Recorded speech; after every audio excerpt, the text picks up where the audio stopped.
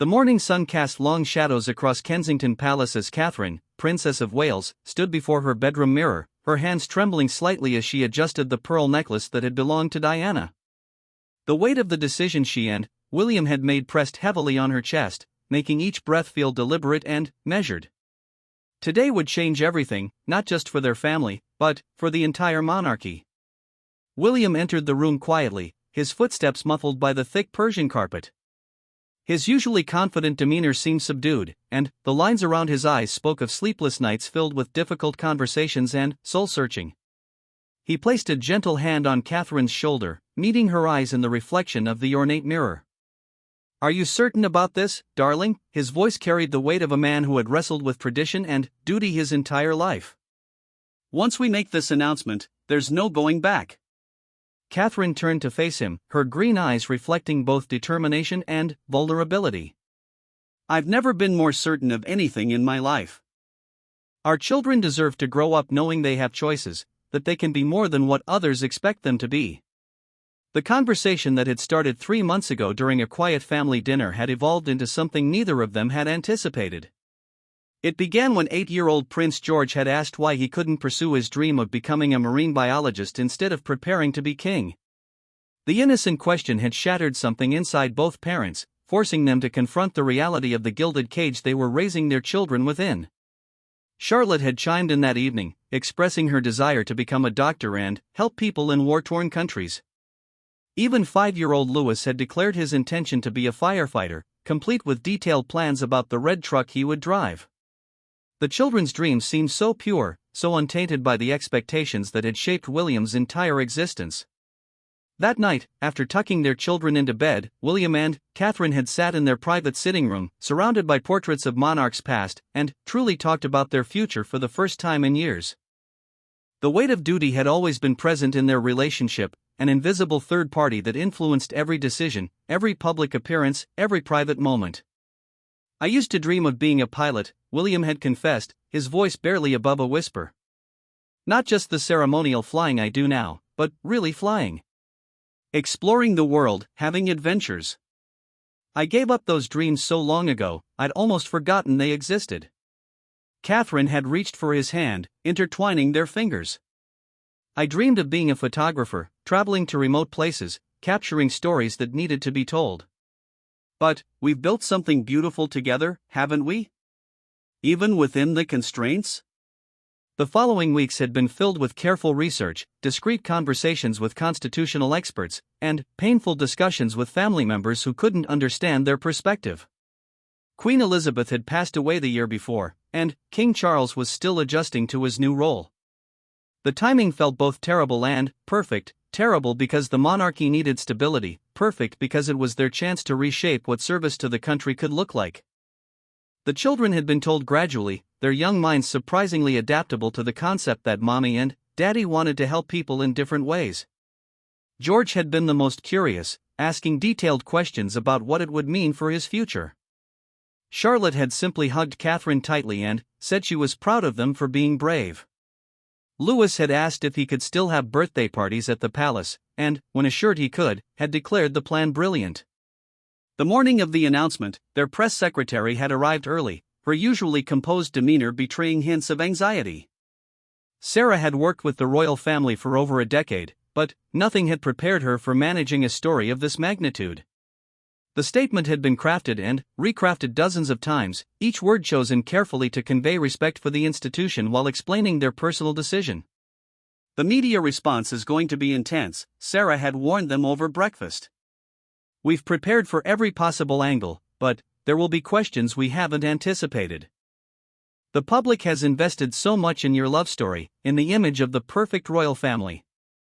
William had stirred his coffee thoughtfully. "That's exactly why we need to be honest. People deserve to know that even fairy tales evolve. Our love story isn't ending, it's just taking a different path." The decision had been particularly difficult for Catherine, who had spent over a decade learning to navigate royal protocol, mastering the delicate balance of being accessible yet regal, modern yet traditional. She had transformed from a commoner into one of the most beloved members of the royal family, and walking away from that role felt like betraying everyone who had supported her journey. But, late at night, when she checked on her sleeping children, Catherine knew they were making the right choice. George no longer woke up from nightmares about being trapped in a palace forever. Charlotte had started drawing pictures of herself in a doctor's coat instead of a tiara.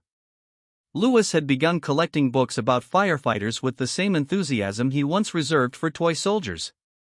The couple had spent considerable time crafting a new vision for their future, one that would allow them to maintain their charitable work while giving their children the freedom to choose their own paths. They had quietly purchased a modest home in Norfolk, far from the public eye, where they could raise their family with relative normalcy. Their financial independence had been carefully planned. Both had personal wealth that could sustain their lifestyle, and they intended to continue their philanthropic work through private foundations rather than official royal patronages. The transition would be gradual, allowing for a smooth handover of their current responsibilities to other family members. The night before the announcement, they had video-called William's father, King Charles, who had initially been shocked but eventually expressed his understanding. "Your mother would have been proud," he had told William, his voice thick with emotion.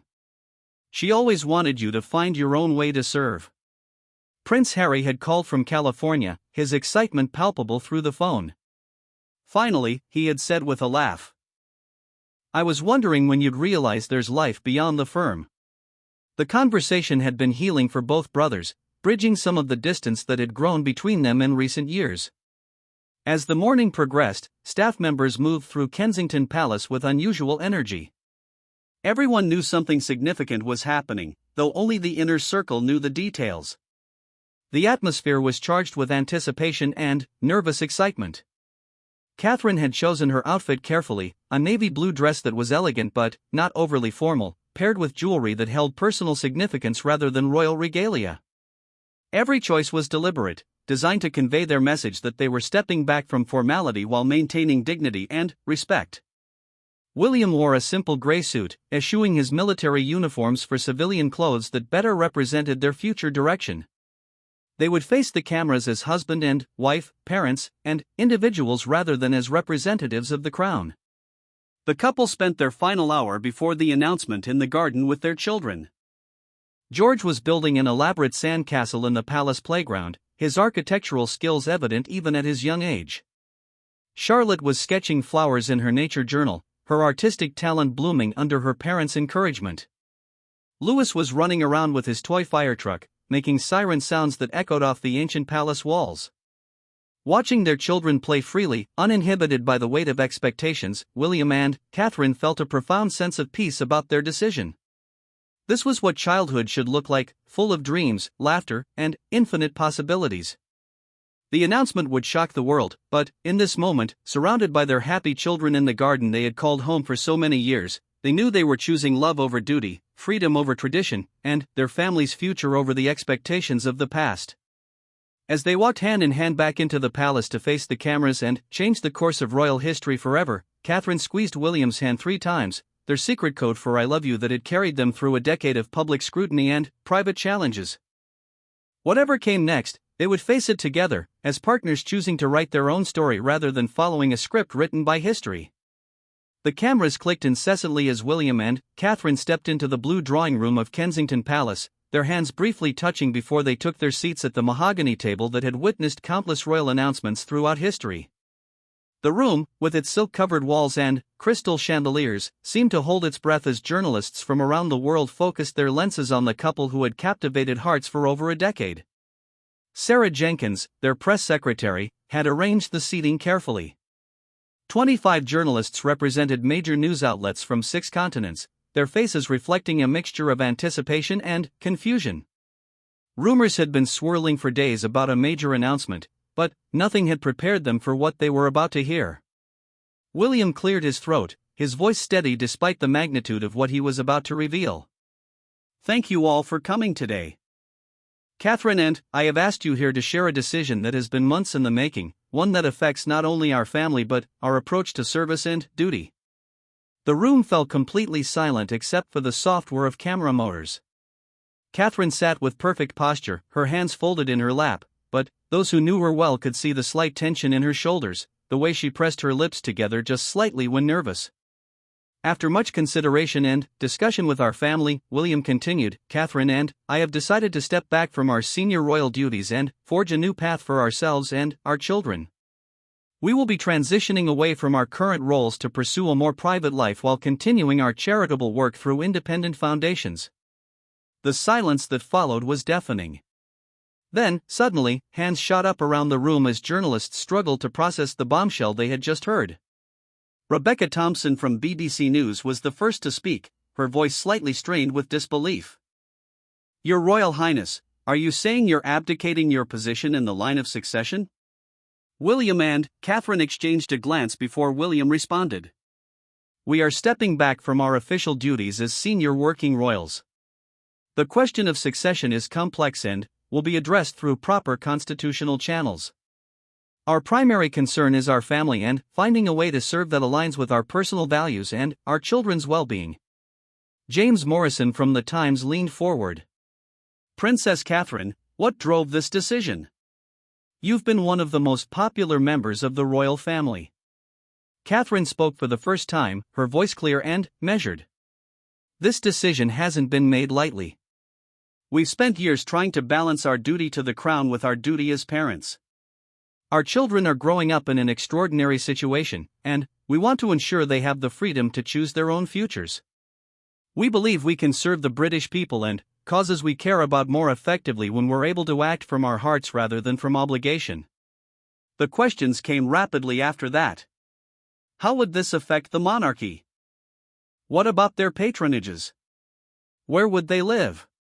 The couple answered each query with grace, though the weight of their decision was evident in every exchange. Margaret Stevens from The Guardian raised her hand. There are bound to be comparisons to Prince Harry and Meghan's departure. How is your situation different? William's jaw tightened almost imperceptibly. Every family situation is unique. We have nothing but respect for my brother and his choices. Our decision has been made independently, based on our own circumstances and what we believe is best for our family and our service to others. As the formal press conference concluded, the journalists filed out, many already on their phones with their editors, knowing they were about to break one of the biggest royal stories in decades. But the real reactions were happening beyond the palace walls, where news alerts were pinging on phones across the globe. In a small cafe in Manchester, Emma Walsh dropped her coffee cup when the news alert appeared on her phone. She had planned her wedding around Catherine's style, collected magazines featuring the family, and followed every royal engagement with devotion. The announcement felt like a personal betrayal, as if friends had decided to move away without warning. I don't understand, she whispered to her companion. They had everything. The perfect life, the perfect family. Why would they throw it all away? Across London, in the Houses of Parliament, politicians huddled in urgent discussions about the constitutional implications. Prime Minister Roberts found himself in an unprecedented situation, needing to address questions about royal succession that hadn't been relevant for generations. The royal household staff faced their own crisis.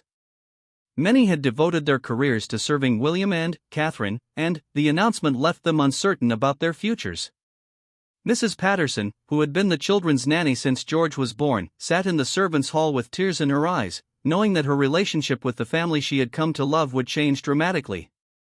Social media exploded with reactions ranging from heartbreak to support to anger. Hashtags began trending within minutes, #RoyalShock, #WillAndKate, #ModernMonarchy.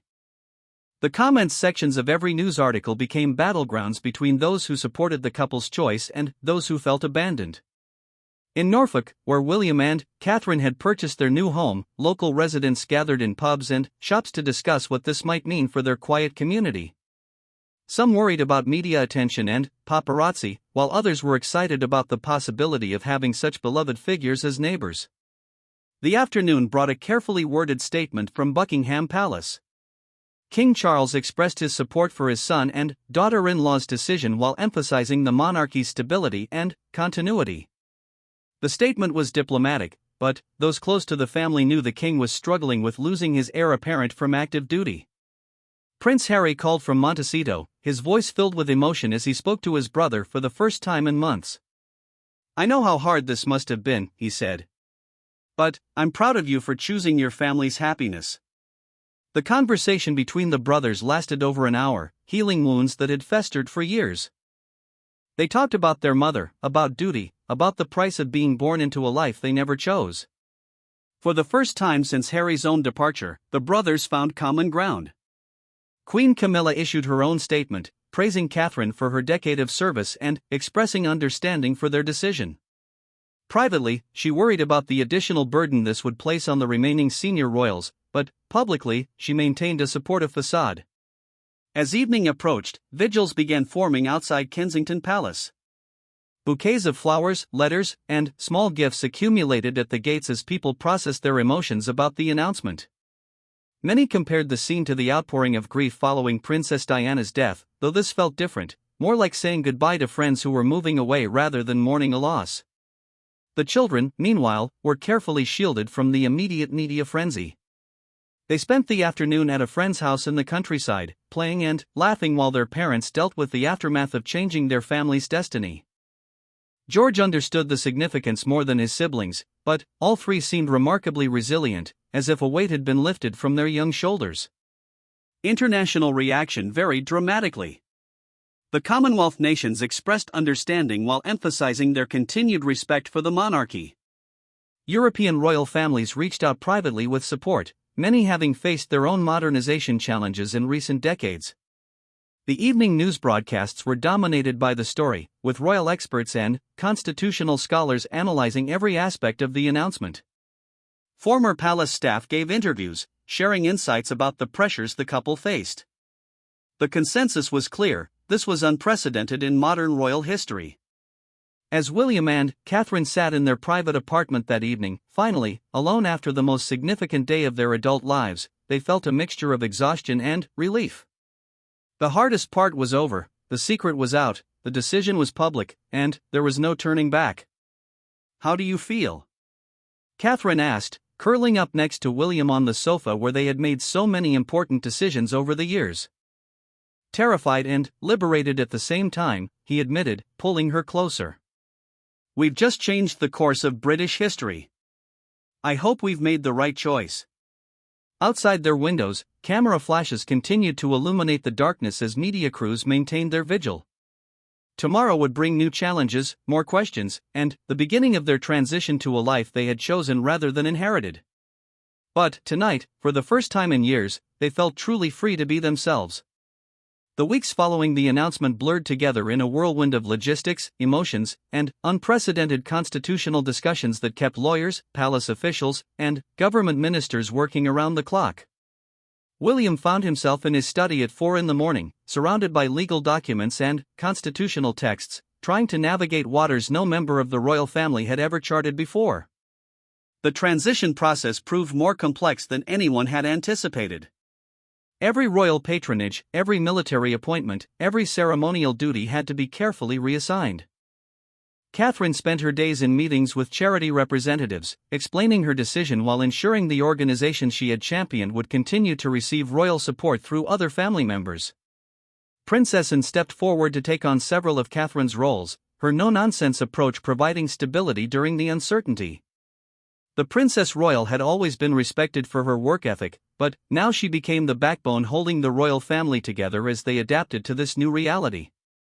The public reaction continued to evolve as the initial shock wore off. Support groups formed online, with people sharing their own stories of choosing family over career expectations. #ChooseYourPath became a rallying cry for parents struggling with similar decisions, though on a far smaller scale. George's transition was perhaps the most watched aspect of the entire situation. The young boy who had been third in line to the throne was now growing up knowing he might never wear the crown. Palace sources later revealed that he had taken the news with remarkable maturity, asking thoughtful questions about what this meant for Uncle Harry's children and how the monarchy would continue. "Daddy," George had said one evening as William tucked him into bed, "does this mean I disappointed great-grandmother?" William's heart broke at his son's concern. "Your great-grandmother loved you more than anything in the world. She would want you to be happy and to choose a life that makes you proud of who you are." Charlotte adapted to the changes with her characteristic grace, though she sometimes asked when they would move to their normal house and whether she would still be able to have sleepovers with her cousins. Her artistic talents continued to flourish, and Catherine had quietly enrolled her in art classes at a local community center, something that would have been impossible while maintaining their royal schedule. Louis, still young enough to be largely unaware of the magnitude of their decision, continued to play with his toy fire trucks and dream of saving people from burning buildings.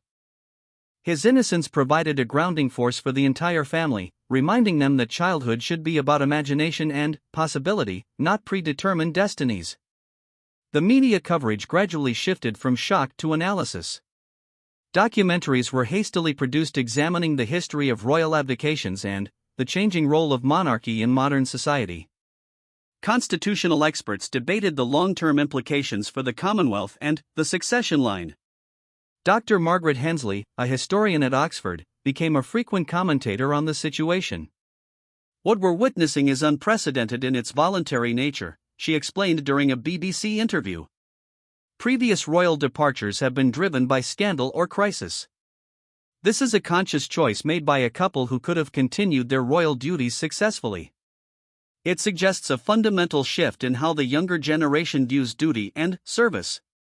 The financial aspects of their transition required delicate handling. William and Catherine had to separate their personal wealth from crown assets, a process that involved teams of lawyers and accountants working to ensure every detail met both legal requirements and public expectations for transparency. Their new home in Norfolk became a symbol of their commitment to a different life. The modest Georgian house, while still substantial by ordinary standards, was a far cry from the palaces they were leaving behind. Catherine threw herself into decorating it personally, choosing fabrics and furniture that reflected their family's personality rather than royal protocol. "I want the children to be able to run through this house and not worry about breaking anything priceless," she explained to her interior designer. "I want them to feel free to be children." The local Norfolk community embraced their new residents with a mixture of pride and protectiveness. The village pub displayed newspaper clippings about the family, but locals made it clear that paparazzi and aggressive photographers would not be welcome. Mrs. Hartwell, who ran the local shop, kept extra supplies of the children's favorite snacks without fanfare. William began exploring opportunities in conservation and air rescue services, fields that had always interested him but were incompatible with his royal duties. He spent several days shadowing park rangers in Scotland, his genuine enthusiasm evident to everyone who met him. Catherine's photography interests re-emerged as she documented their transition and the children's adjustment to their new life. Her images captured moments of pure joy: George building a treehouse without security concerns, Charlotte painting outdoors without worrying about her appearance, Louis playing in puddles without regard for protocol. The couple's relationship deepened as they navigated this unprecedented change together. Evening walks in their Norfolk gardens became sacred time for processing the day's challenges and planning their future. They talked about travels they wanted to take as a family, causes they wanted to support independently, and dreams they had set aside for so long they had nearly forgotten them. "I feel like I'm getting to know myself again," Catherine confided to William one evening as they watched the sunset from their new back garden. "For so long, I'd been the person everyone else needed me to be. Now I can discover who I actually am." The children's education required careful consideration. Rather than the exclusive private institutions traditionally favored by royals, William and Catherine chose schools that emphasized creativity, critical thinking, and community service. The decision sparked debate about privilege and opportunity, but the couple remained committed to giving their children as normal an education as possible. Prince Harry and Meghan visited Norfolk for the first time since the announcement, their arrival carefully coordinated to avoid media attention. The reunion between the brothers was emotional, with years of misunderstanding finally giving way to mutual respect and understanding. "You know what took courage?" Harry told William as they walked through the Norfolk countryside. "Not leaving. Staying as long as you did, trying to make it work. I couldn't do that." The conversation helped both brothers heal from the pain of their divergent paths, recognizing that each had made the choice they felt was right for their families. King Charles visited regularly, his initial disappointment gradually transforming into pride as he watched his son embrace this new phase of life. The King and William spent hours discussing the monarchy's future, how it could evolve to remain relevant while maintaining its traditional foundations. Perhaps, Charles mused during one visit, this is exactly what the monarchy needs. A reminder that service comes in many forms and that duty doesn't always mean sacrifice. International responses varied significantly.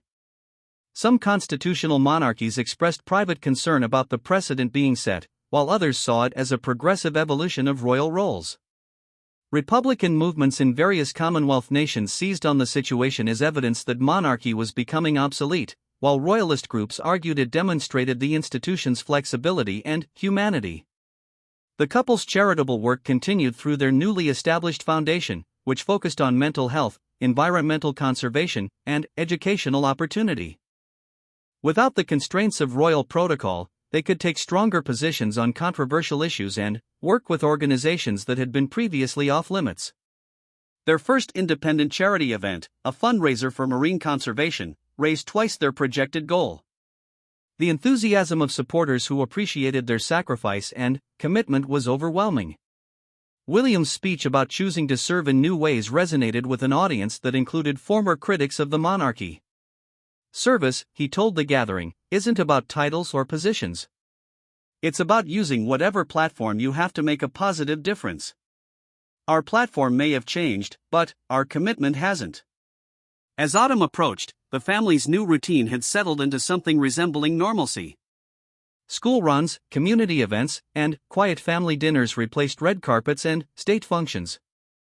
The children thrived in their more anonymous environment, developing friendships based on shared interests rather than protocol requirements.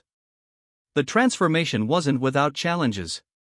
Death threats from extremist groups required ongoing security measures. Media intrusion remained a constant concern. Financial independence required careful management. The loss of institutional support meant building new networks and relationships from scratch. But, watching George explain marine biology to his classmates with genuine passion, seeing Charlotte's artwork displayed proudly on their refrigerator rather than hidden away, and observing Louis make friends based on his personality rather than his title convinced William and Catherine Daly that they had chosen correctly. Their love story, which had captivated the world as a modern fairy tale, had evolved into something deeper and more authentic. They had chosen each other over duty, their children's happiness over public expectation, and their own truth over inherited obligation. The crown they had given up felt less heavy than the freedom they had gained. 2 years had passed since the announcement that shook the monarchy to its core, and the morning light streaming through the windows of their Norfolk home illuminated a family transformed. Catherine sat at the kitchen table, editing photographs from their recent trip to Madagascar, where she had documented conservation efforts for National Geographic. The assignment, her first professional photography work in over a decade, had reignited a passion she thought was permanently buried beneath royal obligations. William entered the kitchen wearing mud-splattered clothes, his face flushed from an early morning run through the countryside. His work as a helicopter rescue pilot with the Norfolk Air Ambulance had given him a sense of purpose he had never experienced in ceremonial roles. Each life saved, each emergency response, felt more meaningful than 1,000 ribbon-cutting ceremonies. "The children are up," he announced, kissing Catherine's forehead before pouring coffee. "George is already working on his marine biology project, and Charlotte's been sketching since dawn. I think she inherited your artistic eye." Their morning routine had become precious to both parents. No equerries scheduling their day, no official engagements requiring formal attire, no protocol dictating their children's activities. The simplicity felt revolutionary after decades of structured royal life. George bounded into the kitchen, his hair still messy from sleep, carrying a thick notebook filled with detailed drawings of sea creatures. At 10 years old, he spoke about marine conservation with the passion of a seasoned researcher. The University of Cambridge had already expressed interest in his junior research project on coral reef restoration. "Mum, look at this," he said excitedly, showing Catherine his latest sketches. "I figured out how to design artificial reefs that could help restore damaged ecosystems. Professor Williams thinks I could present it at the Youth Science Symposium." Catherine marveled at her son's enthusiasm. The boy who once had nightmares about being trapped in royal duty was now dreaming of exploring ocean depths and protecting marine life. His transformation represented everything they had hoped to achieve. Charlotte appeared next, her paintbrush tucked behind her ear, wearing an apron covered in colorful smudges. Her artistic talent had flourished under the guidance of local artists who treated her as simply another gifted student rather than a former princess. Her paintings now hung in the village arts center, sold to support local charities with no mention of her royal connections. "I finished the painting for Louis's birthday," she announced proudly. "It's a fire station with him as the chief. He's going to love it." Louis, now 7, maintained his dream of becoming a firefighter with unwavering determination. He had befriended the local fire chief, who indulged his enthusiasm by letting him visit the station and learn about fire safety. His bedroom was decorated with fire trucks and rescue equipment, a far cry from the royal regalia that once surrounded him. The family's breakfast conversations centered on normal childhood concerns, school projects, weekend plans, friends' birthday parties. The absence of security briefings and royal schedules felt liberating. They could be spontaneous, make plans based on desire rather than duty. William's phone buzzed with a message from the air ambulance service. Emergency call, a climbing accident in the Lake District.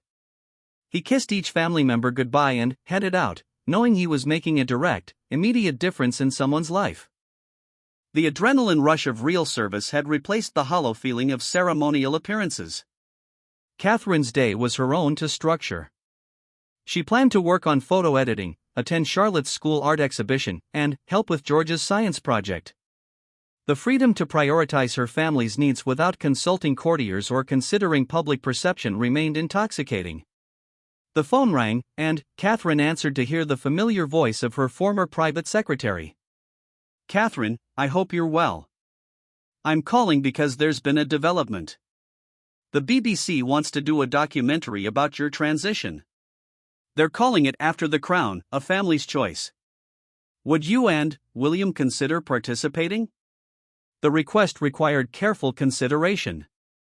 They had largely avoided media attention since leaving royal duties, giving only one interview on their first anniversary of the decision.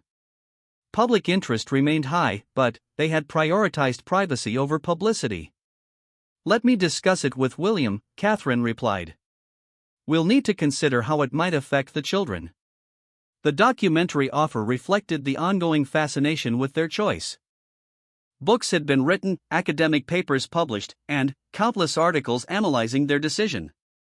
They had become symbols of prioritizing family over tradition, inspiring other public figures to make similar choices. That afternoon, Catherine attended Charlotte's art exhibition at the village school. She sat among other parents, anonymous and comfortable, watching her daughter explain her paintings to visitors. Charlotte's confidence and joy were evident as she discussed her artistic process without any awareness that she was performing for an audience. The other parents had long since accepted Catherine as simply another mother in their community. She volunteered for school fundraisers, attended PTA meetings, and participated in village life without fanfare. The transition from global icon to local resident had required patience and genuine effort to build authentic relationships. George's science project presentation that evening drew an impressed crowd of teachers and students. His research on marine conservation was sophisticated beyond his years, but, more importantly, it represented his genuine passion.